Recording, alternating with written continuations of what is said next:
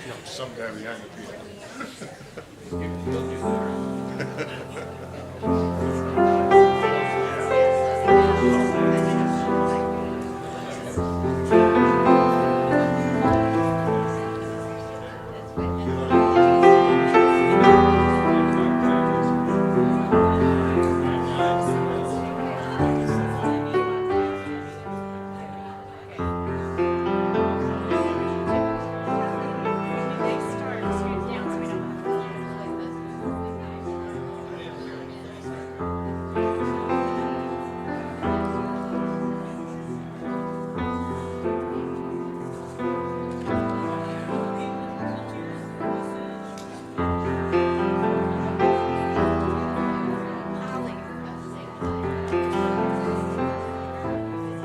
He had siblings, correct? Yes. It doesn't matter if they're dead or alive. Okay, all right. Okay, all right, okay.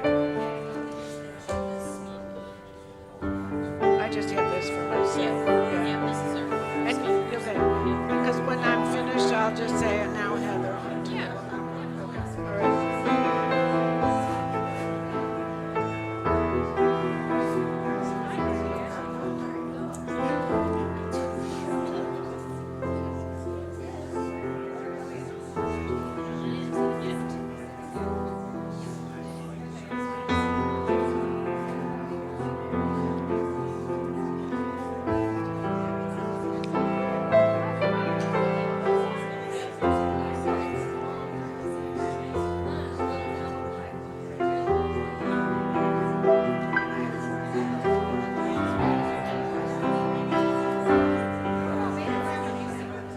We're still waiting on the collarbone. Oh, all right, okay.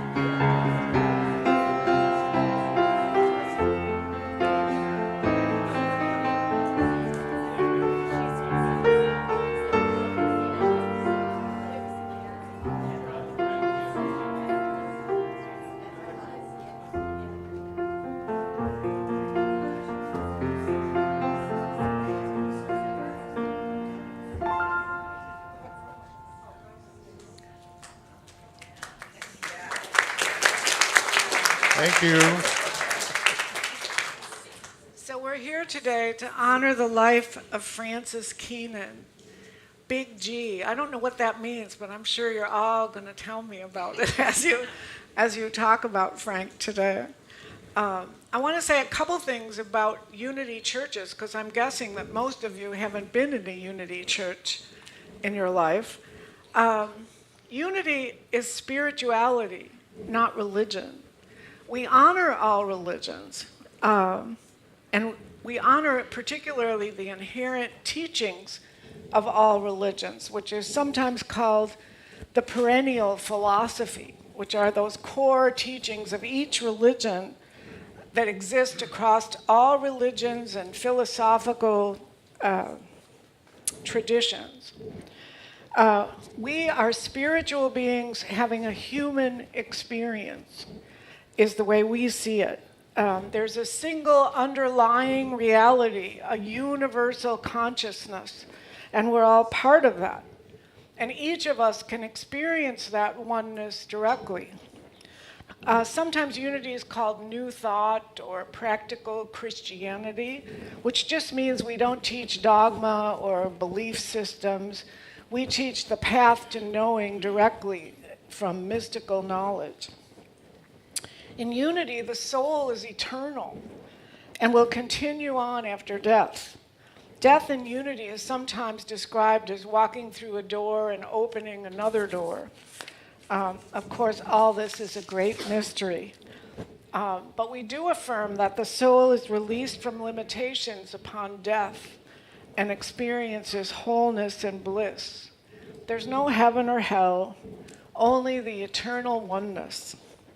We come here to Earth School. We separate from the ocean of awareness into a single drop, and when we die, we go back to that eternal oneness. We can remain connected with our loved ones after they pass on. The love remains. Now, none of this is to say that this was Frank's philosophy, because I didn't know Frank. And I didn't know him, and I hope to know him better after today when each of you are going to talk about him and share your remembrances. First, we'll hear from his family, and then we'll see a slideshow. I guess we've been seeing some of it here going on. And then each of you will have a chance, if you feel called, to come up and talk about your situation with Frank and how you knew him and remembrances that you have. And then finally, outside on the patio, there will be a reception after the service, so you can talk more about your remembrances of Frank and offer your comfort to the family. But let's begin today with prayer. Holy Spirit, we come together today to honor the life of Frank Keenan, a son, a brother, a father, and a friend. We no longer have the physical presence of Frank, but we know that his spirit lives on, and wherever he is, God is. We hold Frank and his family in prayer, knowing that they are held as they experience the grief of loss. And we pray that they have compassion for themselves during this time. His life touched each of you. His laugh once lifted you. His presence was a gift to you. This remembering might bring a painful joy, but also a deep gratitude. There's a poem that ends with the words, "'Tis a human thing, love, a holy thing, to love what death has touched." We celebrate our humanity and our spirituality today as we celebrate Frank's life. So now we're going to hear from his daughter, Heather Hunter.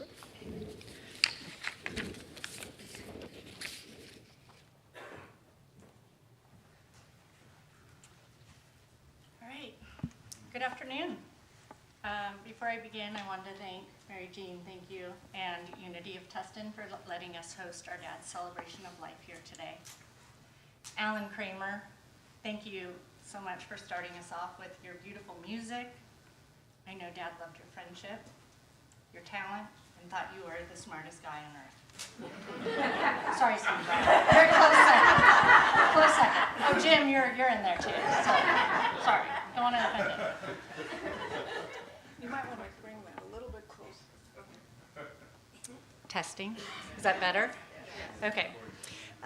Thank you to my sister Holly for putting this event together, and Holly's husband Jordan for creating a beautiful video that we'll see in a little bit that gives a little glimpse into my dad's life.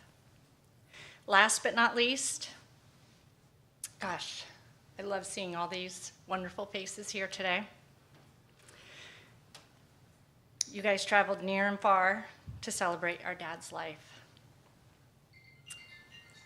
I know he considered all of you as wonderful friends. So, I'm Heather, the daughter of Francis Joseph Keenan, or as we all know him as either Frank, Fran, Dad, or Big G. I want to start off by explaining my color choice, and I see some other color choices of the same color, yellow. Yellow reminds me of my dad. He loved wearing bright colors, and for 20 years, he wore a yellow Livestrong bracelet. He rarely took off the bracelet unless it broke, and then he'd replace it immediately. While he originally wore it because he admired Lance Armstrong, it was really the message that resonated with him. Live strong. And if you knew my dad, you knew that whatever he did it with passion and commitment. Dad was an observer, a storyteller, and someone who loved sharing his knowledge. Holly and I received many great lectures throughout his life. Growing up, he was fairly stern. Curfews were so early that I was coming home when my friends were just heading out. And yes, I did sneak out, and more than once. But my dad was always one step ahead. One time I got caught sneaking back in at 2 a.m., and his punishment was genius. He didn't yell or ground me. He made me stay up and do chores all day, starting at 2:30 a.m. I was trimming the hedges, washing the cars, walking and washing the dog, cleaning the house. I was exhausted by the next evening, and I never wanted to sneak out again. Looking back, I realize how much his discipline shaped who I am today. Despite his strictness, he was also our biggest cheerleader in life. Early on, he coached some of our team sports and rarely missed a game. Even when I played volleyball at Humboldt State, he would make the 13-hour drive just to watch.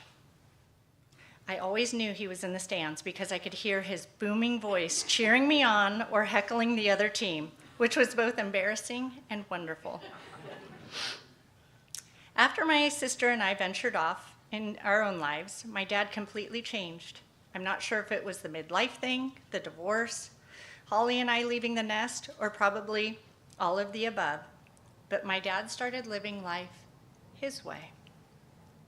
He bought a Harley-Davidson motorcycle and enjoyed trips across the country, and for a few years attended the yearly Harley rallies in Sturgis, South Dakota. He moved from Laguna Niguel to Balboa Island, where he rented a little bungalow right off Marine Avenue. During the 11 years on Balboa Island, he enjoyed his morning coffees at Dad's Donuts, which was a half block from his Balboa cottage. Several of his friends would gather at Dad's Donuts to share stories and chat before work. Even today, my dad's personal mug still hangs on the wall at Dad's Donuts. When friends or family visited, he loved taking everyone out on his Duffy boat for sunset cruises, 4th of July fireworks, Christmas boat parades, or just cruise around the bays and maybe dock somewhere and have lunch or take the grandkids to the fun zone. There was always so much to do on Balboa Island when you were at his house. In 2007, he moved and bought a place in Old Town Tustin, where he created more memories. He nicknamed his house Tustin near the sea. He loved this location because he had an attached commercial office space for his business. He had all the shopping he needed nearby, and of course he had the bike shop. Not motorcycle bikes this time, actual cycling, where he met so many of his wonderful friends. Being active was a huge part of Dad's life. Early years, he enjoyed swimming, basketball, tennis, running, and golfing. But for the last 20 years, cycling became his next passion. When he was passionate about something, he was all in. And cycling was no exception. But more than the sport, he cherished the friendships most. Even though I wasn't in a cycling group, I feel like I know so many of you because he loved sharing stories about his friends. One of his best companions in cycling and in life was his girlfriend, Debbie. Debbie and Dad knew each other for over 30 years, sharing adventures, holidays, and family moments. Debbie, thank you for being such a big part of Dad's life and for always being a part of Holly's family and our family. We have all shared a lot of memories with you and Dad. When Dad became a grandfather, he was nicknamed Big G. He thought Grandpa sounded a little too old for him. So we gave him a name that suited him better. Jared, Lucy, Grace, Gavin, and Bennett, Big G loved you all. He made an effort to be part of your lives, attending your games, recitals, and celebrating your milestones. He loved hearing about your schooling and enjoyed learning about your next stages in life. He was a big fan of all the grandkids. Some of our favorite family memories with Big G included our family Halloween costumes. One year, he played Captain Hook when we dressed as Peter Pan characters. And another year, he was the wizard in our Wizard of Oz theme. With the grandkids, he loved fully embracing his Halloween costume character. Thanksgiving was another special tradition, often including our extended family and friends. Sometimes there would be anywhere from 18 to 20 of us. Some of our best Thanksgivings were spent in Washington, D.C., where we explored museums, walked around the monuments, and played football in the National Mall. But truthfully, it was the simple memories that meant the most to me.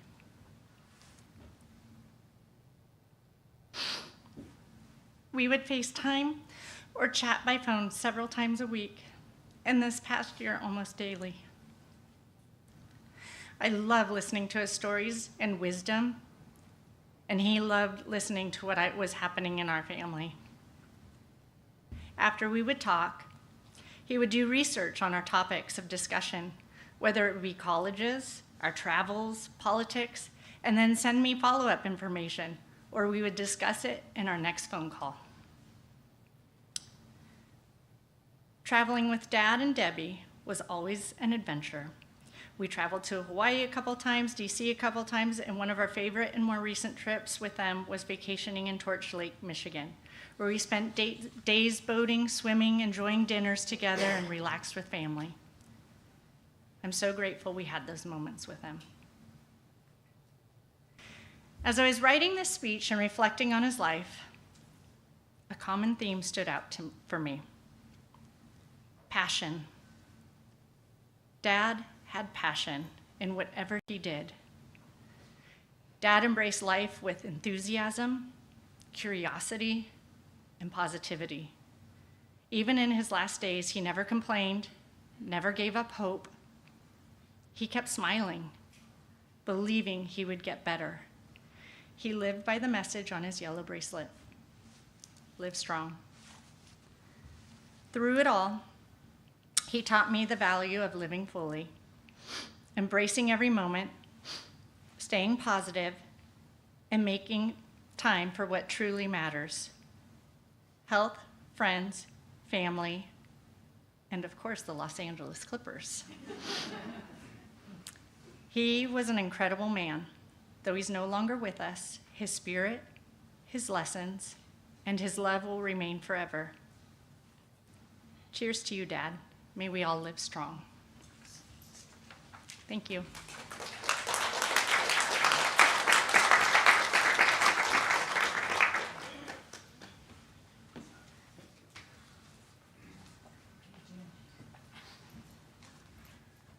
Well, Heather, you did a great job keeping it together. Hopefully I can do just as well. So it's good to see everybody here. I'm his brother, Jim. Our family called him Fran. At 81 years, my brother's heart remained forever young. While his body may have aged, his spirit never did. He approached life with curiosity, competitiveness, and an unmistakable dash of mischief that made him who he was. Growing up, we weren't exactly friends. Like many siblings, we had our differences, but as we grew older, something wonderful happened. We discovered not just brotherhood, but friendship. Our competitive streak started with early and heated ping pong matches as kids. As we matured, so did our battlegrounds. We moved to golf courses across the world, from LA to Palm Springs to Pennsylvania to Ohio, and even across the Pacific to Belgium, Ireland, and Scotland, and Portugal. These were normally 4-day matches. These weren't just golf games, they were chapters in our life. One of my favorite memories was watching him contemplate a 160-yard shot over water. He was going to play it safe. Oh, I knew I had him there. I said, "What is this, ladies' day?"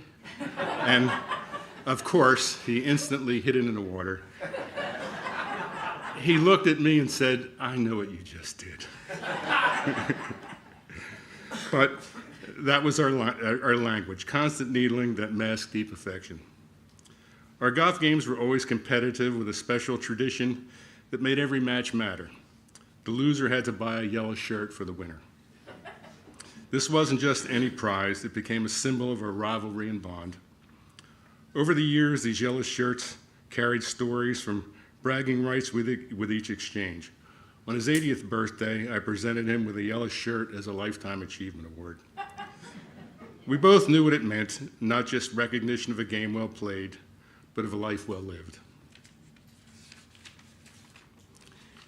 He often proclaimed himself to be the perfect guest, always willing to let the host please him.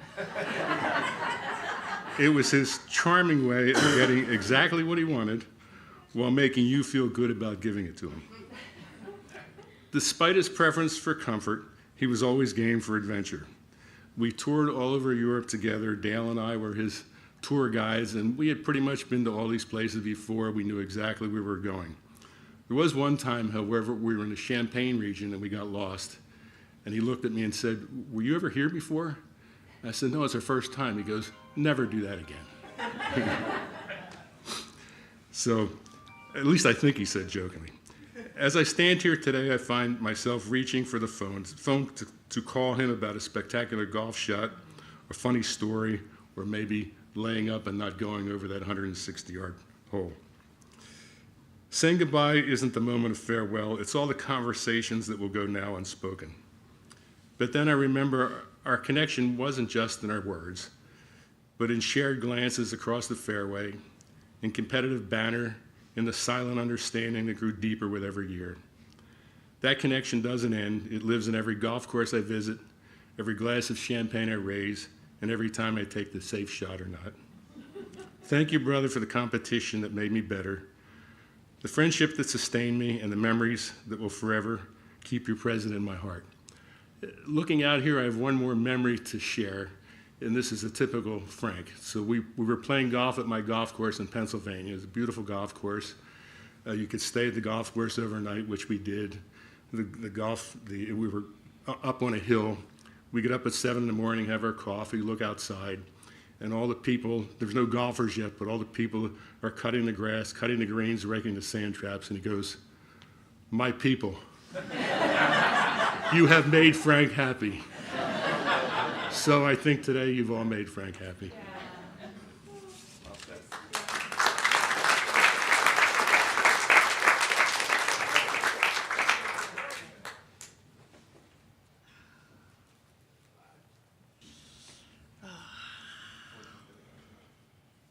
Well, good afternoon, everyone. Thank you all for gathering here today to remember our dad, Frank. Dad would be so happy to see you all here. I've been thinking a lot about how my father would like to be remembered, and I think it would be the following: a great dad, an adventurer, a wonderful grandfather, and a damn good CPA.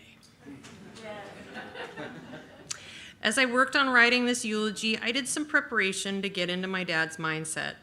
I watched one of his favorite movies of all time, The Big Lebowski.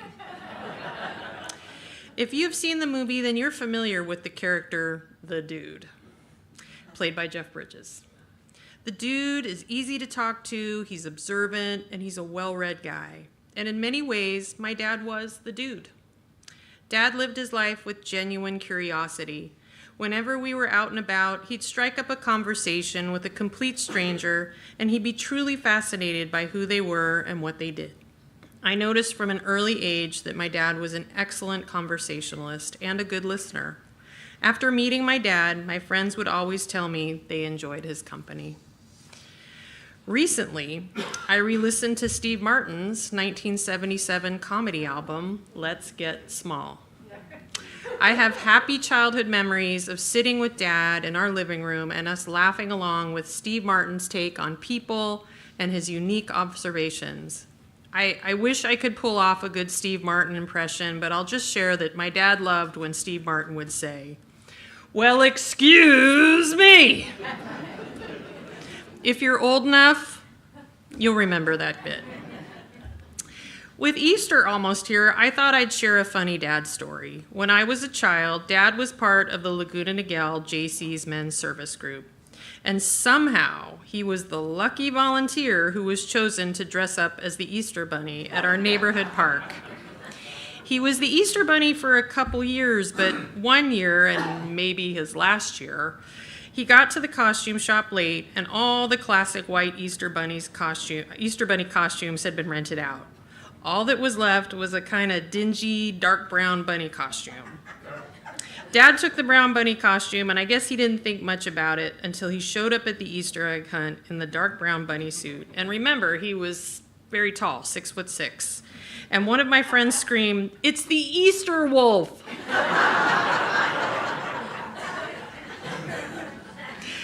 Dad introduced me to watching baseball, listening to Vin Scully on the radio, the simple pleasure of a root beer float.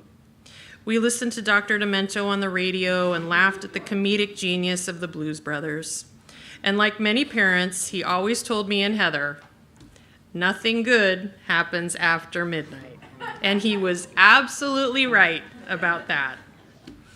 Watching the Lakers on TV is a special memory of time I shared with Dad when I was young. He loved the Lakers back in the 70s and 80s. Kareem Abdul-Jabbar was our favorite player. Dad and I used to practice basketball together, and he'd work on attempting to master Kareem's famous skyhook. About 8 years ago, we had a special treat while at Crystal Cove Beach. I saw an extremely tall man along the shoreline, and when he slowly walked toward us, I realized it was Kareem Abdul-Jabbar. I was frozen in awe, but I managed to whisper to Dad, "It's Kareem." I knew Dad would want to say hello, and he did. We all watched as Dad strolled over to Kareem and had a brief chat on a bench. Later, we asked Dad, "So what did you talk to Kareem about?" Dad said, "I told Kareem I liked your interview on Charlie Rose." Dad thought everyone would ask Kareem about basketball, but he wanted Kareem to know that he liked the Charlie Rose interview. Classic Frank. Long before Dad was an official cyclist, he enjoyed riding on his 10-speed. He would often take me on a 20-mile bike ride when I was about 11 years old. We started from our house in Laguna Niguel, and we would then head east towards Mission Viejo. When we got to the big hill on Crown Valley Parkway, just west of the 5 freeway, Dad would always take his hands off his handlebars, cross his arms across his chest, and then he would somehow coast down the steep hill, hands-free. I was amazed that he could balance and ride so fast like that, and without a helmet. Because in the 70s, who wore a helmet? We'd continue our epic father-daughter ride from Mission Viejo south to Dana Point, where we'd make a pit stop at the Dana Point Harbor, and we'd get our favorite drink, a root beer float. We would then continue north on PCH to Crown Valley Parkway, and then about 4 to 5 miles home. My legs were always like jello after those rides. Those rides were some of my favorite childhood adventures with my dad. When I was in the 4th grade, Dad rode his bicycle alongside my school's jogathon route, and he cheered us all along as my classmates ran from our school and through our neighborhood. When one of my classmates suddenly collapsed of exhaustion, Dad jumped off his bike, picked up the boy, got back on his bike, and somehow rode the boy home to his parents' house. My classmates and I thought Dad was a superhero. That day, he was a superhero. When I was in high school, Dad taught me what hard work really was. Dad owned part of a table grape farm in the Coachella Desert. He decided to take me and one of my friends to see the farm. But what my friend and I didn't know is that we were also going to work picking grapes. I think Dad wanted us to see what hard work really was. Dad woke us up at 3 a.m., and we were soon out in the field amongst the busy migrant workers. By 6 a.m., it was already blazing hot. A man in a pickup truck came by the field selling overpriced drinks to the migrant workers. My dad, seeing this man taking advantage of the workers, chased the man off the property. Dad then disappeared for about 15 minutes, and then he returned with free drinks for the field workers.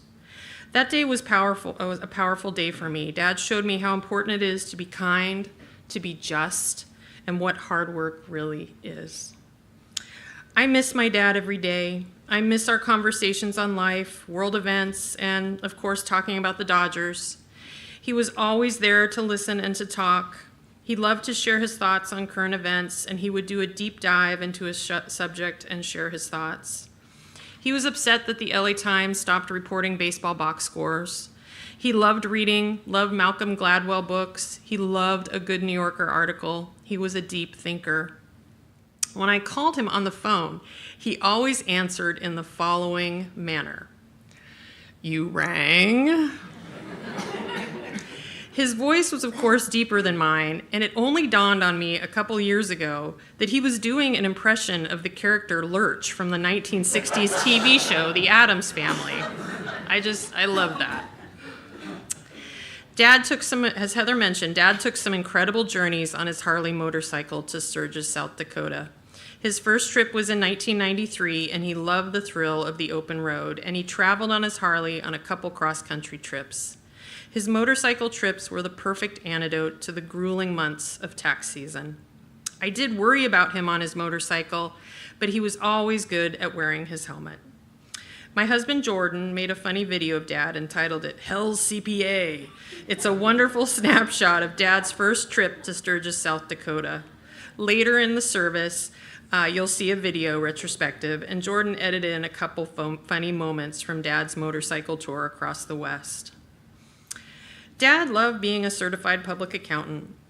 After he passed in late January, I needed to notify his clients. As clients called or emailed me, I was struck by their responses, that my dad wasn't just their accountant, he was their friend. I was very moved by that, and it comforted me in my grieving process. Dad's favorite basketball team was the Clippers. His last night in the hospital on January 22nd, I spent sitting with him watching the Clippers play the Celtics. He was tired and his eyes were closed, but I gave him the play-by-play. The Clippers and Celtics went into overtime, but the damn Clippers lost. Dad took it in stride. He knew the Celtics were tough, but he was proud of his Clippers making it into overtime. I want to share with you all that my dad's last day was a good day. Dad had been in the hospital for 2 weeks, and I was with him every day. On his last day, the nurses gave him something that put him in a wonderful mood and made him comfortable. As was his personality, he was chatting up all the nurses, doctors, and sharing his frankisms. That day, Heather, Debbie, and I knew that every extra day with Dad was precious at this point. He had a nice, long conversation with his brother Jim and his sister-in-law Dale. We called his best friend Alan to call Dad or come if possible, and Alan arrived midday driving in from Palm Springs. As the day progressed, Dad kept smiling and telling everyone who visited him he loved them. It was a good last day. My dad had chronic lung disease, a condition called bronchiectasis. There is no cure for that, but my dad had hoped a drug that was waiting FDA approval this year would help him. My dad always remained positive through his many health challenges. If you would like to make a donation to the American Lung Association in our dad's name, we have placed envelopes on the back tables by the entry for you to take with you home. I want to close and speak to all of Big G's grandchildren. Jared, Grace, Lucy, Gavin, Bennett, I know you all know that our Big G loved you all so much, and he really, really lived vicariously through each of your adventures. He always asked about each of you, and he was impressed with all your journeys. His eyes always lit up when he heard of your traveling, your academics, and your sports. Always keep him in your hearts. I encourage everyone here today to carry on my dad's spirit of enjoying a good conversation and seeing the goodness in people. And please root for his Clippers. Thank you.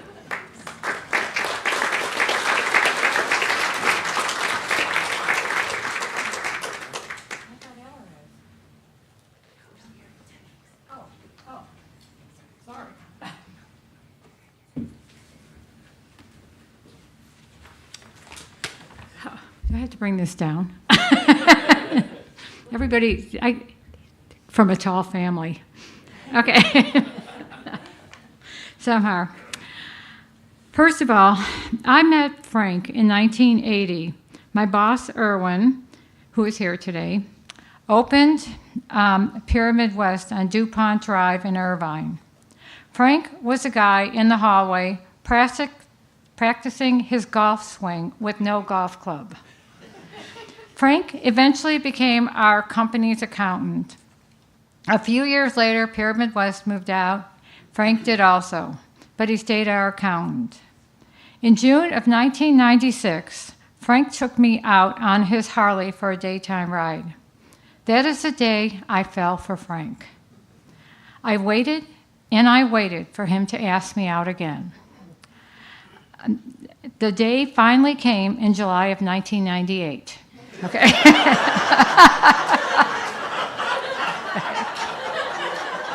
Okay. He took me out for dinner, though, and I was skeptical if it was a date. He left a few days later to go on a 3-day motorcycle trip. Luck was on my side. He was moving across the hall in the building our office was in. I soon discovered Frank is not much of a planner. I would pop in his office each Thursday and Friday, asking him what we would be doing this weekend.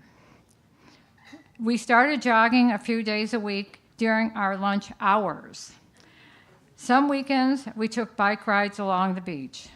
One of those times, getting off the Balboa ferry, Frank's tires on his bike disintegrated. I knew of a bike shop in Tustin. The owner, Robert Kaler, told Frank about bicycling training clinic called the Prelude Torture Clinic held in the bike shop. Frank and I joined the Prelude Torture Clinic. We both got the cycling bug and purchased road bikes after the end of the clinic. Soon, we joined the bike club. We were hooked. We did our first century ride in Solvang of 2000. We did many centuries after that with the club.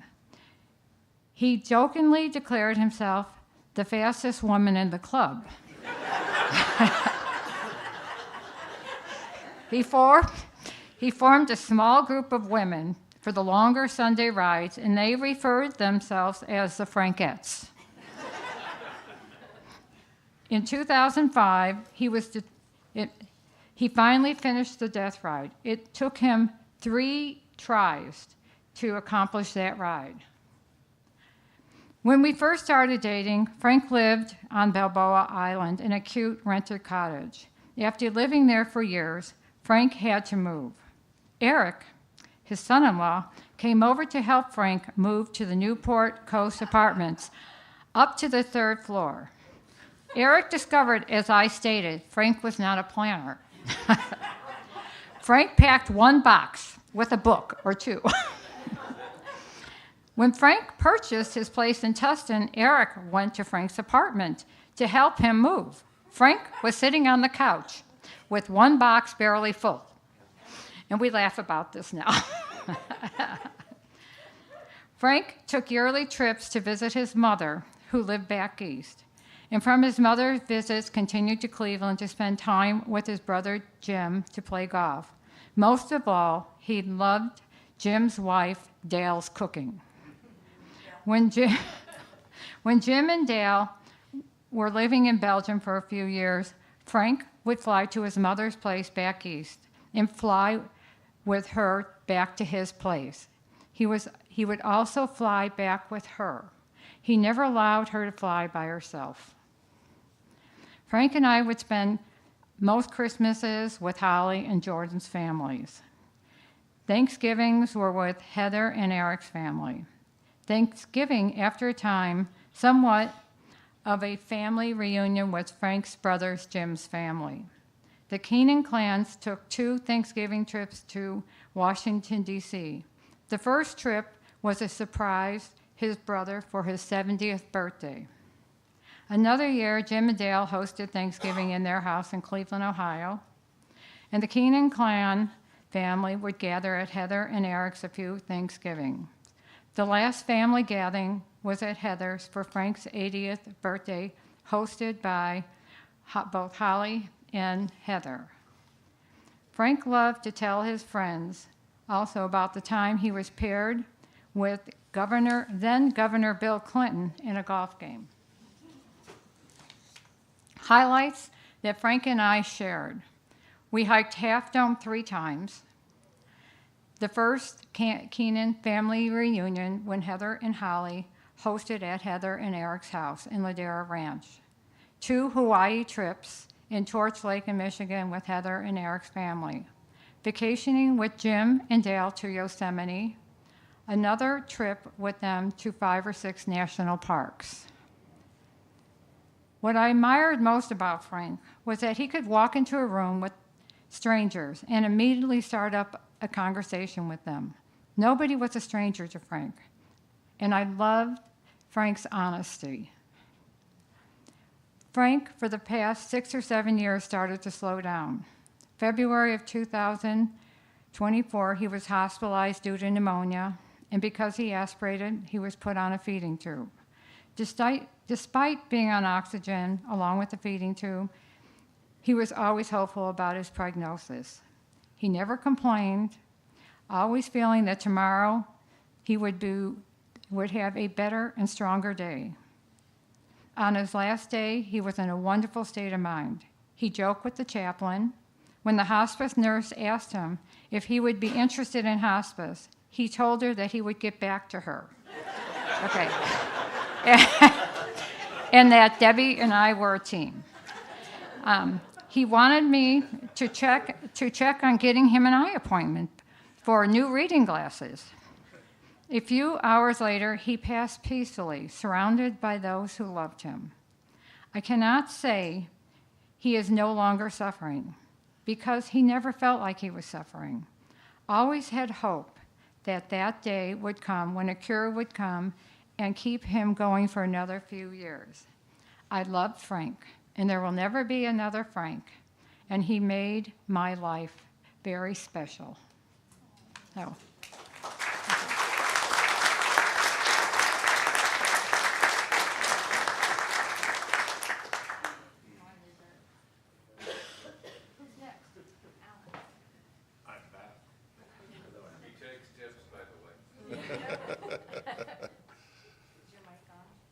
I think so.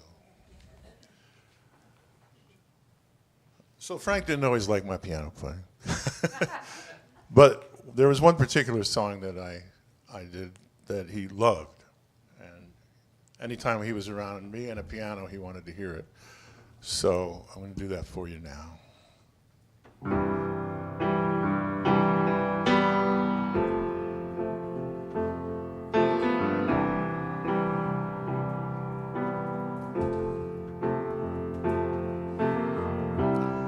Imagine there's no heaven.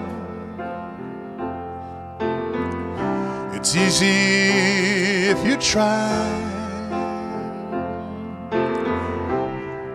No hell below us.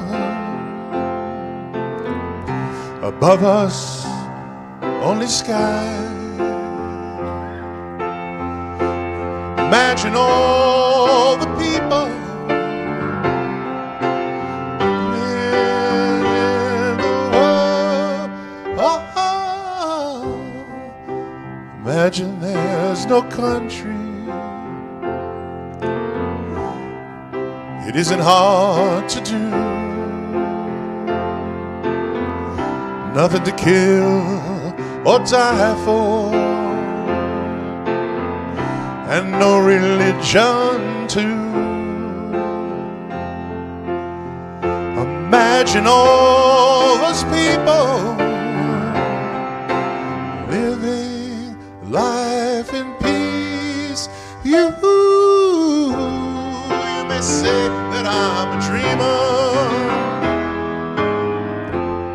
but I'm not the only one. I hope someday you'll join us, and the world will be as one. Imagine no possession. I wonder if you can. No need for greed or hunger.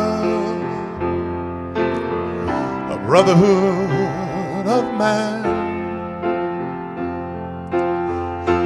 Imagine all the people sharing all the world. You may say that I'm a dreamer, but I'm not the only one. I hope someday you'll join us, and the world will live as one.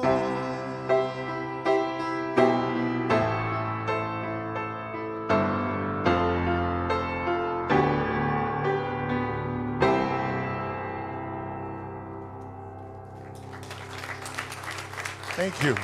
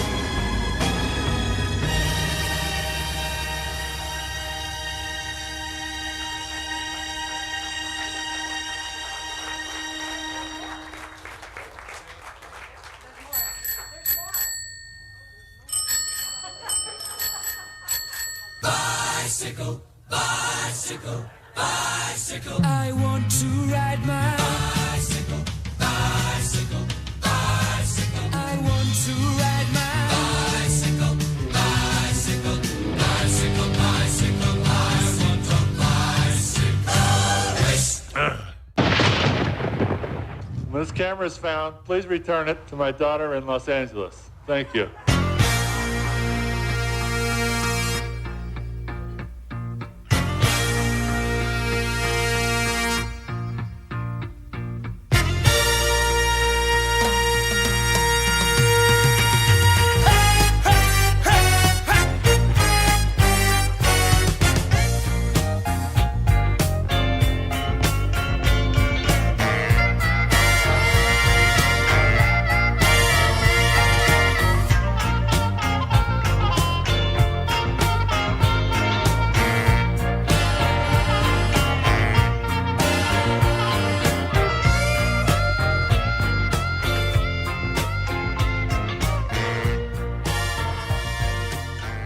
Okay, after being to Missoula, Montana, Salt Lake City, go to Wyoming. Here we are with a couple German tourists overlooking the Golden Gate Bridge here in good old California. There's old Harley looking at the bridge, first time he's seen it. Nothing like that in Germany, I'll bet.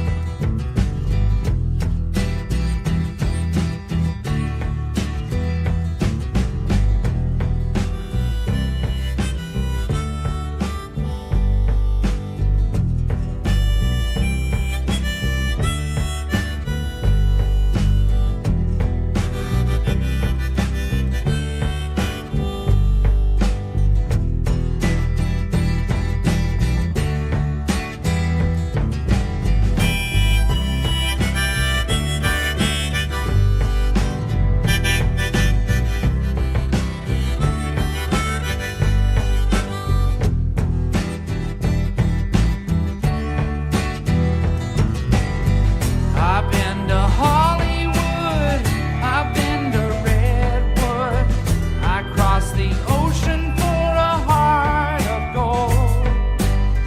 I've been in my mind, it's such a fine line that keeps me searching for a heart of gold.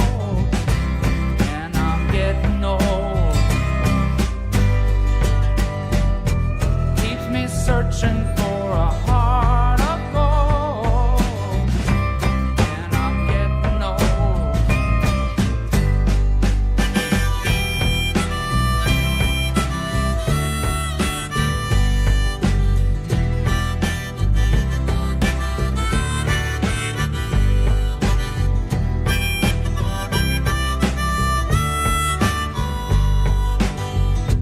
Keep me searching for a heart of gold.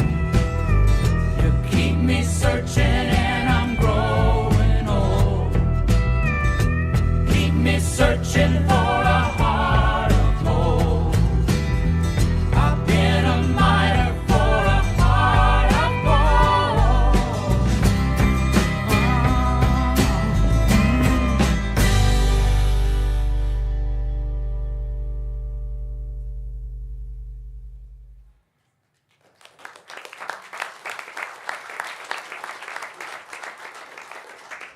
So now we're going to have our time of open sharing. If anyone feels called to come up and share, it looks like we have. Oh, okay, sorry.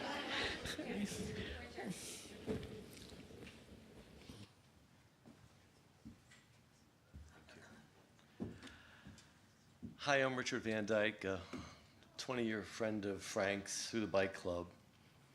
And Frank has a gentle and calming spirit. And I want to just tell you a story about that calming spirit one day on one of the bike rides that some of you were on when I almost died of a heart attack. So I went out on what was known as the bake ride, and I wasn't feeling right. And I told the group and Frank, go on without me. I'm going to go back to the bike shop. And then I just had this episode of throwing up and being sweating and didn't know what it was, had no idea what was coming on. And then I stopped at the side of the road. I was throwing up, and then the bike club came by, and a number of people saw me, asked how I was, and Frank said, "I will stay with Richard." And this is the calming spirit of Frank. He stayed with me. Again, didn't know what this was. And I never knew that it's a common thing. A heart attack is having vomiting and sweating, if you don't know that. So he's talking to me, and I'm throwing up. He's talking to me, and my wife's on her way. I said, "Time is weird right now, Frank. Could you call Yvonne and see where she is, make sure she's not lost?" So he's talking to me, and again, I felt so good that Frank was there. A little while later, the chest pain started. And I said, "Frank, call 911. Frank says, "Call 911, roger that." And he called 911. The ambulance got there quickly, and everything went well. But I felt so good having Frank there. And he just had this way about him. He was a gentle man, a gentle soul, but I feel it was a calming soul. And I would meet him at his office sometimes and spend time with him. And he actually lived around the block from us when he was in Newport Coast. And we started riding into the bike shop. This is my last story. We started riding into the bike shop from there. And it was quite a distance to get there. And one winter morning, it was cold. And some of you know when you go past the golf course on Harvard, it got really cold. And it was in the 30s. And we get to the bike shop. I'm like, "How you doing, Frank?" He goes, "Oh, good." We were shivering. The bike shop was open. We ran in. We ran our hands under hot water. And I go, "Oh." He goes, "Let's go lay on the floor." And he and I are kind of like huddling together on the floor like this. And little by little, people are coming in. "What's wrong with you two?" We go,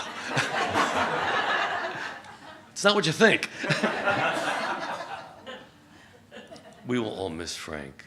But Debbie, when I visited Frank and I saw all you did, and I saw how you had this process and you laid out his food for his feeding tube, and I was just amazed. And you're an angel. And certainly I know the family knows far better than I do, but thank you for all you did for our dear Frank. Thank you. Thank you.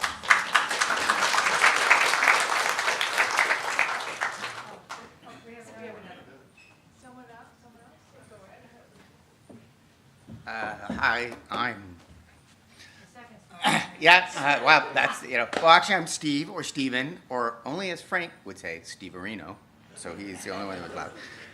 I met Frank in the torture clinic, and have some very vivid memories of that. I remember the first time we were on this machine that's really hard to do, and it's right near the end, and I looked up, and Frank walked right in front of me, and that little snap picture you do in your eyes, I thought, Sasquatch on a bike. And, but that wasn't actually true, because within hours I realized he was really more like a really tall Joe Cool, right? And a couple days later, we're in the class, and it's chaos in the class if you've ever done it. And I look up, and I must have looked confused, and Frank was standing by the door, and he had that amazing smile, and he just went, he made his little whistle, pointing out the door. So I followed out, and then I was in Frank's world, right? And it was Frank's world. There was no doubt about it. Frank had gravity, and he was good. Wow.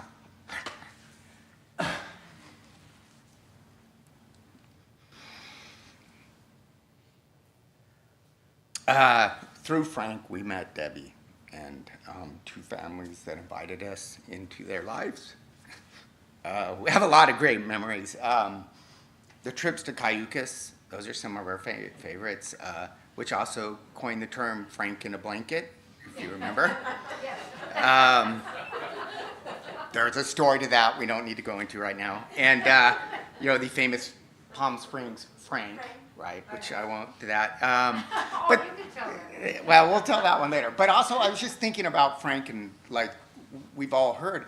So we used to run SAG. So for people who don't know what SAG is, it's two guys driving around in a van all day long, hoping not to find a splat, cyclists. And I love that. And I'm thinking, why did I love that? It's because I got to spend a whole day just driving around with Frank and listening to the stories or, whatever we had to do. And then, we'd forget something. Frank was never in a rush.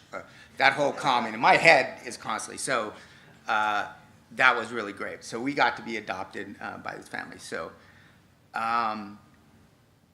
one thing about Frank, you always felt included. Always. He had that smile.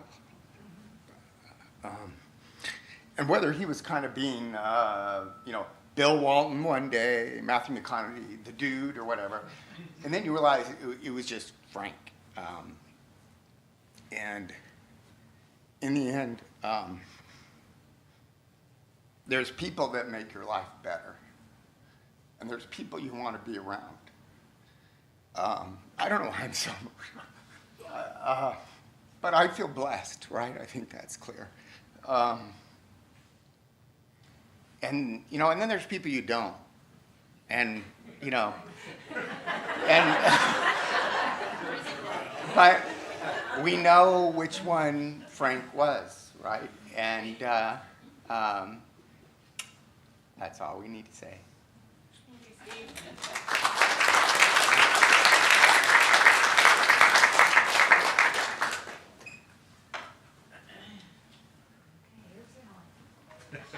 Here's Alan.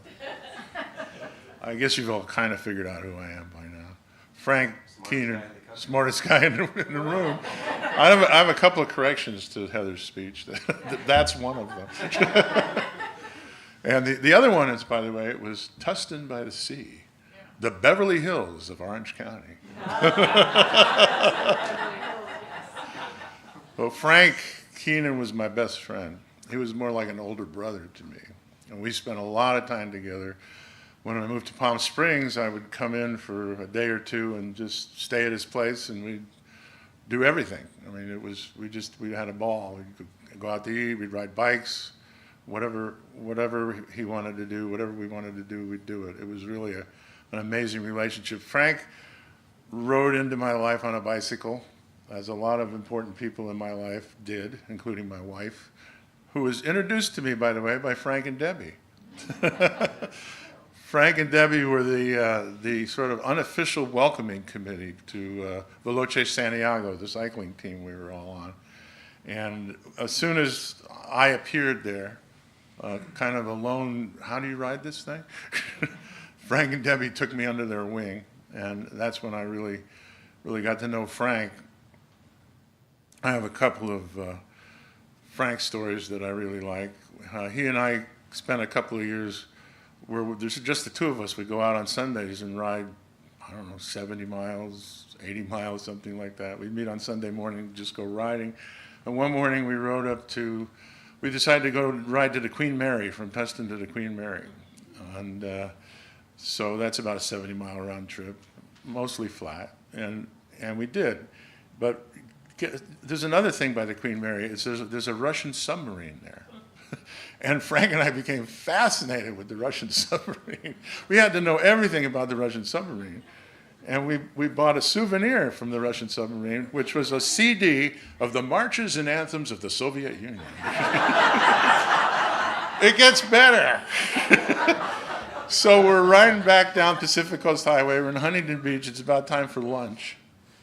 And we stop at I don't remember the name of the restaurant now, but it's right next to the pier, right down on the beach level. I think it's a different restaurant now. So we go down there, and we've got a nice table, and we're watching the girls play volleyball. And Frank, out of nowhere, the server comes over, he goes, "Hey, we got this CD. We want to hear it. Can you put it on?" So for the next hour, the entire restaurant at the beach on Huntington heard the marches and anthems of the Soviet Union.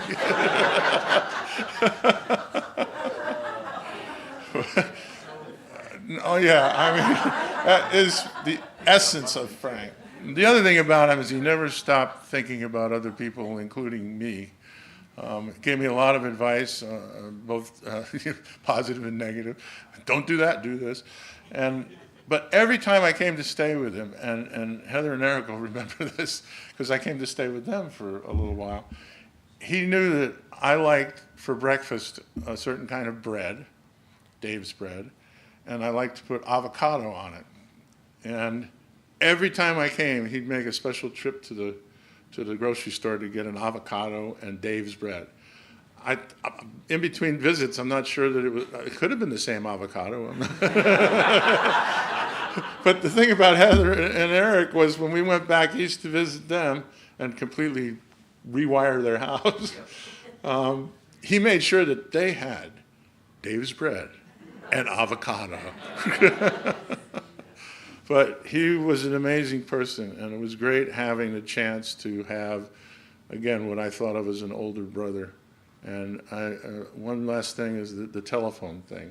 I heard him many times when I was on the other end of the phone. You know, a lot of times he said, "Alan's here," because I heard him go, "You rang?" But when he answered the phone when I called, and I really missed this, I keep hearing this in my head, he'd go, "Doctor." I think he probably did that with other people too, but "Doctor." And I miss hearing "Doctor" on the other end of the phone, but I'll never forget it. I'll obviously never forget Frank. He was one of my favorite people, if not my favorite person, except maybe for Steve over here. Anyway, thank you.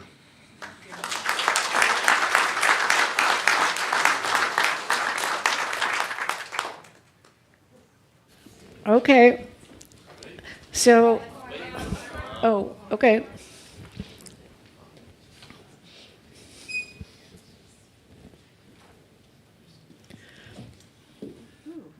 I feel like I should have spoken before the beautiful piano rendition. Some things that come to mind when I think of Frank. One, curious about others. I've heard a lot about that today. Sarcastically funny. Loved the outdoors and cycling. Loved his family deeply. And last but not least, super duper kind CPA. I met Frank over 10 years ago at a professional networking meeting. I was already a member. He arrived to visit our chapter and to check us out and consider joining. Thankfully, we were lucky that he joined. And one day I asked him, "Frank, why did you join our chapter?" And he said, "Well, I'm not here for business. I'm just here to get out of the office and socialize." And he was genuinely curious, I heard that a lot today, about all of us. And he always took an interest in our lives, not just professionally, but on a personal level. One day I shared with Frank my dream of my husband and I moving to North Tustin.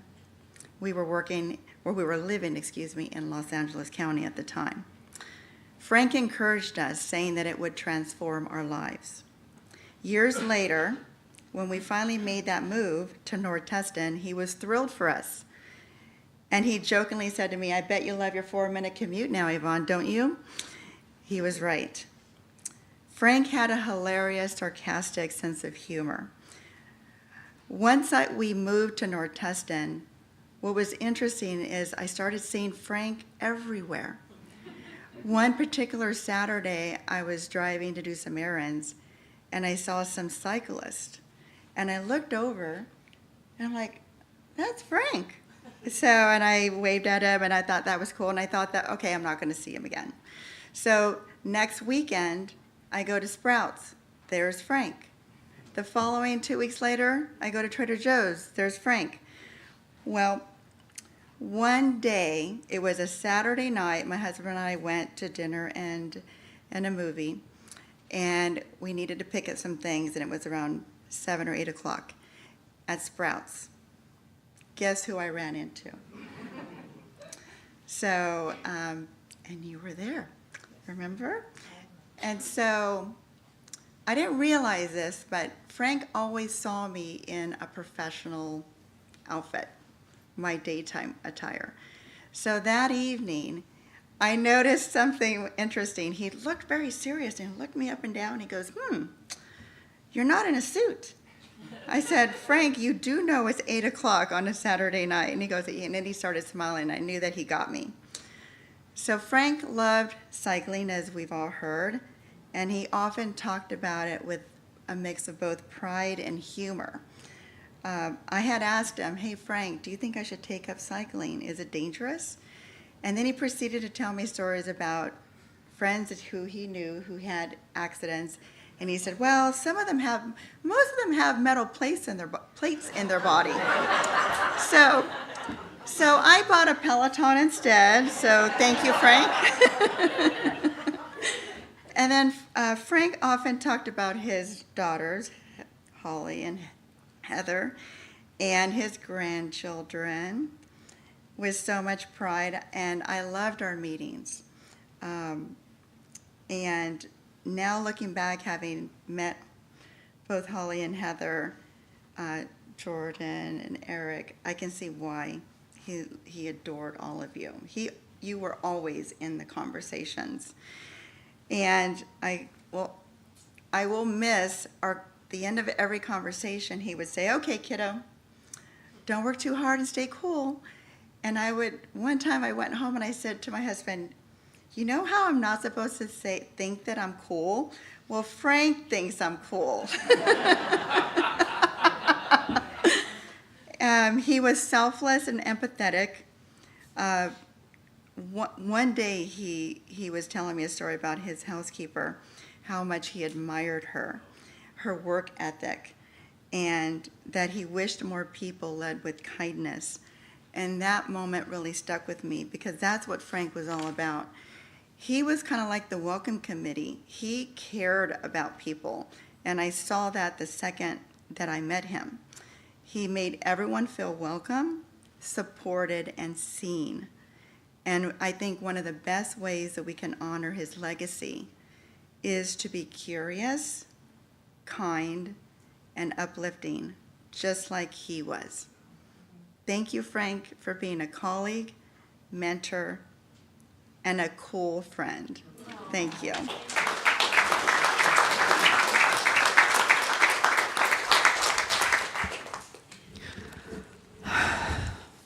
So, as we close our service today, I wanted to close with a poem by an Irish poet.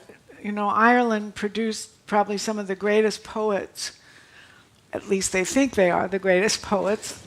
This is a poem by John O'Donoghue, more of a contemporary poet who passed away in around 2008. Let us not look for you only in memory, where we would grow lonely without you. You would want us to find you in presence, beside us when beauty brightens, when kindness glows, and music echoes eternal tones. When orchids brighten the earth, darkest winter has turned to spring. May this dark grief flower with hope in every heart that loves you. May you continue to inspire us to enter each day with a generous heart, to serve the call of courage and love until we see your beautiful face again. In that land where there is no more separation, where all tears will be wiped from our mind, and where we will never miss you again. So I now want to invite all of you, on the behalf of Heather and Holly, to join them out on the patio for a further celebration of Frank's life. Thank you all for being with us today.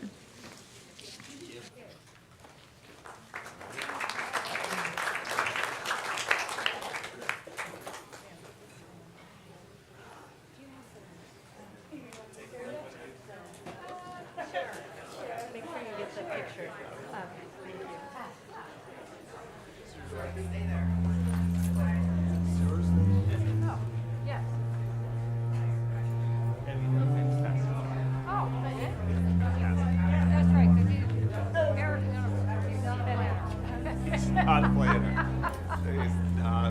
The planner. funny thing is he was supposed to that whole week be preparing, and he did nothing.